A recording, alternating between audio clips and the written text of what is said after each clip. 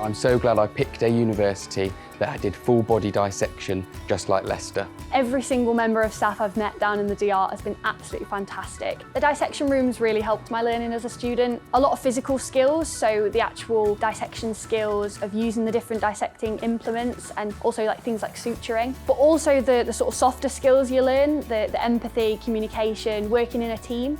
We come down here in small groups and that's something that Leicester sort of stand by, the small group learning. Learning to work in a team and share jobs between each other so that you all get the most out of the session is something that's really, really important.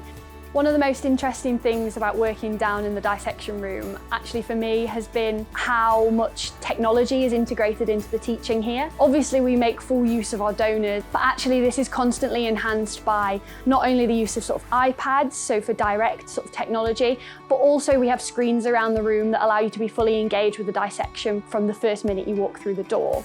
Dissection starts in our first year of medical school, and our body donors here at Leicester are treated like our first patients. That's how they're introduced to us and that's how we care for them and really understand that once they were a living person. It goes without saying there's a range of medical problems that of course we learn about and then later see in our clinical years. Our donors are representative of this population, and it's incredible to see the variation of anatomy and pathology and diseases that we see around the room. The dissecting room is incredibly important for those studying healthcare related subjects. Our donors are used to teach primarily medical students, but a whole host of other different disciplines come down to receive teaching, including physiotherapists, nurses, midwives, radiography students, as well as pharmacy students.